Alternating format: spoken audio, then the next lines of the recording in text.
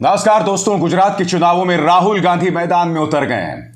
मगर बड़ा प्रश्न ये कि क्या राहुल गांधी कांग्रेस की किस्मत में तब्दीली ला पाएंगे। बड़ा प्रश्न ये कि क्या वो प्रधानमंत्री नरेंद्र मोदी का मुकाबला कर पाएंगे। वो प्रधानमंत्री नरेंद्र मोदी जो उत्तर प्रदेश के चुनावों के अगले दिन बाद से ही गुजरात में लगातार चुनावी कैंपेनिंग कर रहे हैं। ये ना भूलें कि गुजरात के अंदर नेशनल गेम्स हुए थे। प्रधानमंत्री नरेंद्र मोदी ने उस मंच का भी इस्तेमाल कर दिया था चुनावी कैंपेनिंग के लिए। तो क्या ऐसे में राहुल गांधी उनके सामने ठहर पाएंगे?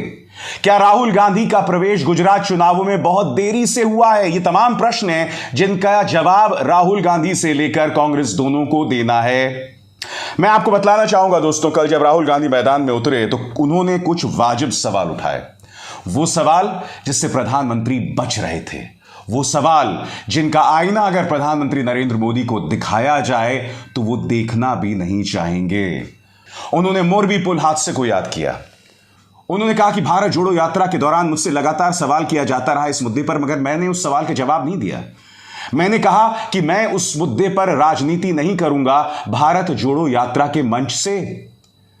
मगर राहुल गांधी ने कहा इतने दिन बीत चुके हैं, गरीब लोगों को गिरफ्तार किया गया है, मगर जो असली लोग उस पुल को बनाने के जिम्मेदार थे वो अब भी कानून की गिरफ्त से बाहर हैं। क्योंकि ये जो सवाल राहुल गांधी उठा रहे हैं वो बहुत वाजिब है और राहुल गांधी का यह सवाल सीधे तौर पर प्रधानमंत्री नरेंद्र मोदी को आईना दिखा रहा है। सुनिए राहुल ने क्या कहा। यहां पे मोरबी की ट्रेजेडी हुई, उस समय पत्रकारों ने पूछा मुझसे इसके बारे में आप क्या सोचते हो। तो मैंने बोला देखिए 150 लोगों की मृत्यु हुई है, यह राजनीतिक मुद्दा नहीं है। इस पे मैं बोलूंगा नहीं, मगर सवाल उठता है, आज उठता है,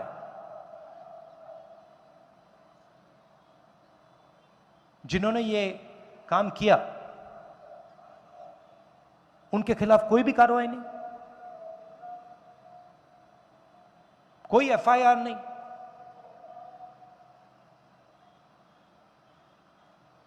बीजेपी के साथ उनका अच्छा रिश्ता है तो उनका कुछ नहीं होगा क्या? चौकीदारों को पकड़ लिया, अंदर कर दिया, मगर जो सच्चे लोग हैं, जो जिम्मेदार हैं, उनके खिलाफ कुछ नहीं। सुना आपने? क्योंकि देखिए हुआ क्या था मोरबी पुल हादसे के बाद सबसे पहले आपको याद होगा 3 दिन बाद राजकीय शोक की घोषणा की गई। और राजकीय शोक की घोषणा इतनी देरी से क्यों की गई आपको यह बात समझनी पड़ेगी। क्योंकि प्रधानमंत्री नरेंद्र मोदी तमाम जगहों पर चुनावी सभाएं कर रहे थे।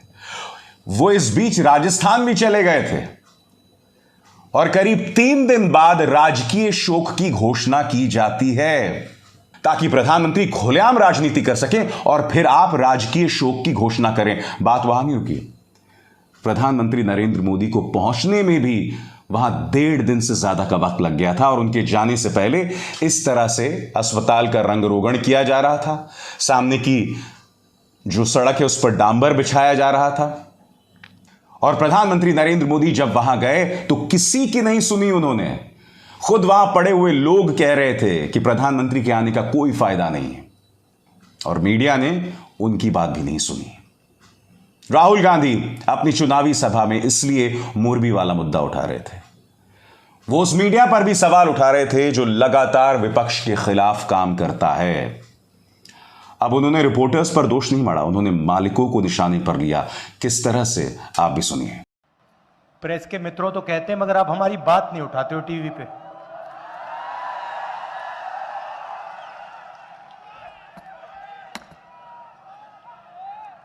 देखो मुस्कुरा रहे हैं, पीछे से रिमोट कंट्रोल है।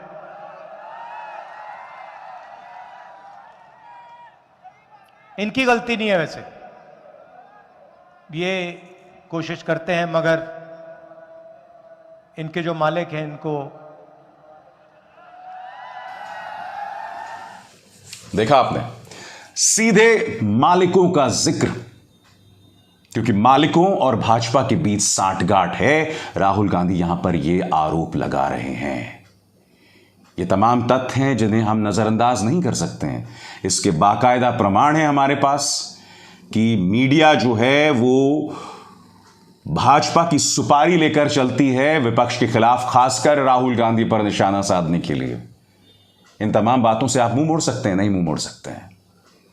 मैं आपको यह भी बतलाना चाहूंगा दोस्तों कि राहुल गांधी जिस बेल्ट में मौजूद थे वो आदिवासी बहुल इलाका माना जाता है। और राहुल गांधी ने प्रदेश की जनता के सामने रखा कि किस तरह से 2 बड़े उद्योगपतियों के हाथों तमाम जंगल बेच दिए जाएंगे और आदिवासियों के हाथ कुछ नहीं लगने वाला है। उन्होंने कहा कि आदिवासियों के खिलाफ काम करती है बीजेपी। सुनिए उन्होंने क्या कहा। कि इस देश के पहले मालिक आप हो, मतलब आपसे यह देश लिया गया है। अब एक दूसरी विचारधारा है। बीजेपी के लोग आपको आदिवासी नहीं कहते, क्या कहते हैं आपको? वनवासी। वो आपको यह नहीं कहते कि आप हिंदुस्तान के पहले मालिक हो, वो आपको कहते हैं आप जंगल में रहते हो। फर्क समझ में आया? मतलब वो ये नहीं चाहते कि आप शहरों में रहो, कि आपके बच्चे इंजीनियर बने, डॉक्टर बने, हवाई जहाज उड़ाना सीखें, अंग्रेजी बोलें। वो ये नहीं चाहते। वो चाहते हैं कि आप जंगल में रहो। मगर वहां नहीं रुकते। उसके बाद वो आपसे जंगल छीनने का काम शुरू कर देते हैं। तो आज से अगर इनका काम चलता गया, 5-10 साल बाद सारा का सारा जंगल इनके 2-3 उद्योगपतियों मित्रों के हाथ में होगा और आपको रहने की कोई जगह नहीं होगी,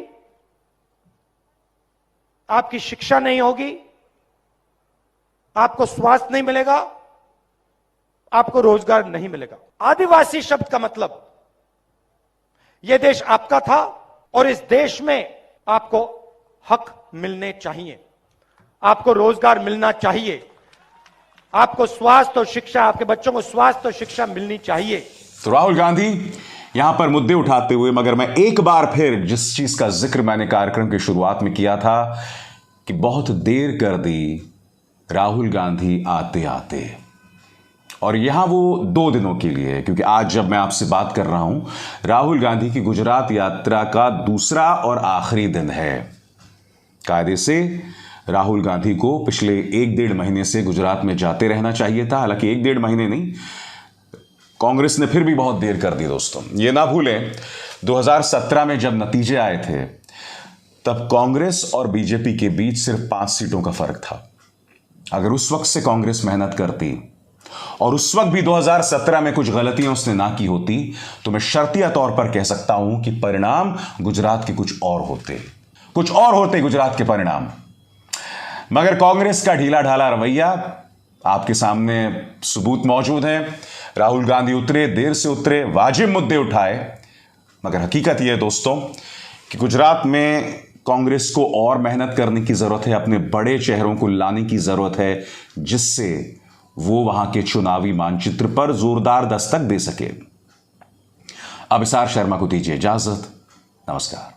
स्वतंत्र और आजाद पत्रकारिता का समर्थन कीजिए, सच में मेरा साथी बनिए। बहुत आसान है दोस्तों, इस ज्वाइन बटन को दबाइए और आपके सामने आएंगे ये 3 विकल्प, इनमें से एक चुनिए और सच के इस सफर में मेरा साथी बनिए।